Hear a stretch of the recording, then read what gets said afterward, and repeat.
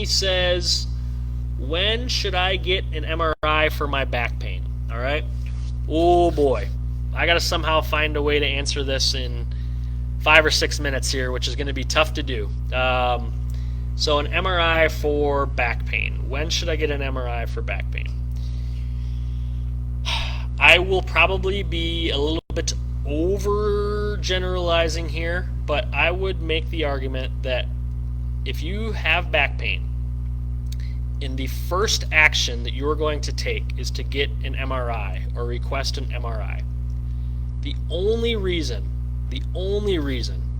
one or two reasons why you should opt for an MRI right out of the gate, first choice, would be if you're peeing or pooping yourself, meaning you've lost bowel or bladder function, and if you've lost full control of function in both legs. All right. So there are situations where you can wake up and have complete spinal cord compression on the lower portion of your spine. There are different things that can cause that. That's rare, right? I mean, obviously, I don't want to scare anybody. I don't want to scare anybody silly, but those things are they're possible, but they're very rare. So if you were to say, I'm going to get an MRI, I have back pain or I have back issues and it's causing stuff down my leg, or I have leg issues, the only reason you should get an MRI first would be if you've lost bowel or bladder function completely and both legs are completely shot and you can't use them, all right? That's a very small percentage. The reality of the situation and some of the research that I've last read is that 95% of lower back situations an MRI does absolutely nothing for, right? 95%, meaning that the MRI is not accurate in diagnosing what is actually causing the problem, okay? In a lot of cases, getting an MRI first can send you down a winding, long, very frustrating, expensive road of more imaging, injections, surgery, and you're making choices on this image which isn't even all that accurate to begin with in describing why you're having the problem you're having. So if the question is just straight up, when should I get an MRI for my back pain, it's certainly, if we're saying first option, only when you've lost bowel or bladder function and only when you've lost complete function of your lower extremities, okay? Now, get an evaluation from physical therapist, chiropractor, an orthopedic, a spine, a neurosurgeon, whoever it might be, obviously, and they might still send you that direction. But I would not recommend anybody go to their primary care physician and ask for an MRI because of back pain, unless you have those two things. Now, when would be another good time to get it? Well, when you've trialed all conservative options, I guess is the other way to answer that. So when you've been with a physical therapist or a chiropractor or another rehab specialist who you know, like, and trust, and you feel like they truly have your best interest, and they've given it a very good, thorough evaluation, you guys have set out on a plan of 3 to 6 to 9, sometimes 12 months, and you've been diligent, then potentially we can talk about it, right? Then potentially we can say, look, this is the 1 out of 20 times, the 1 out of 30 times, the 1 out of 50 times that conservative care did not ultimately help your back pain. So we need more information, okay?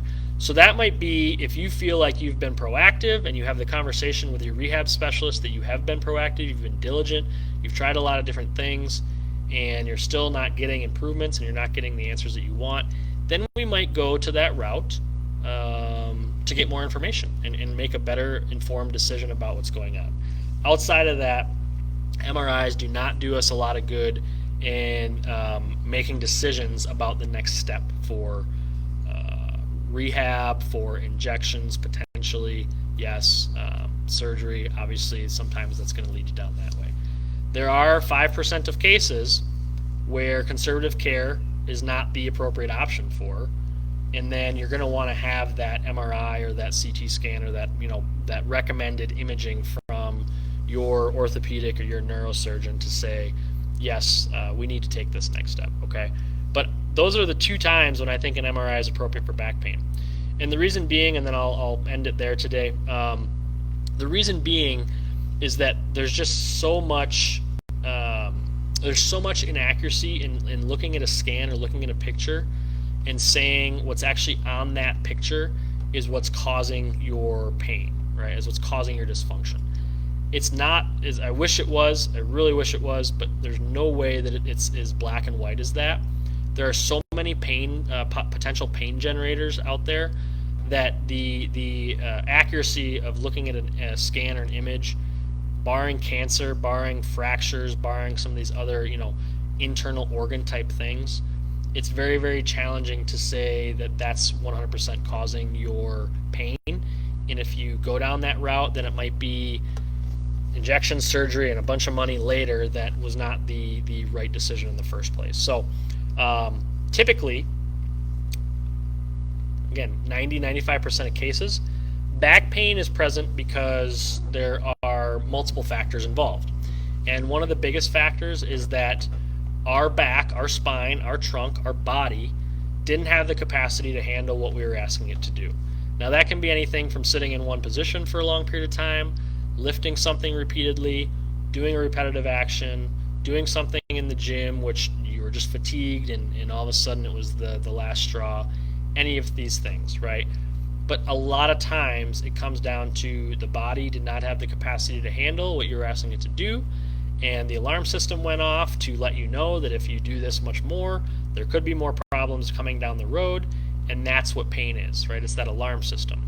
So we have muscle spasming, we have radiating, we have all sorts of things letting us know that something's not right, but that does not guarantee that it's a bulging disc, a pinched nerve, any of these things that an MRI wants to tell us, right?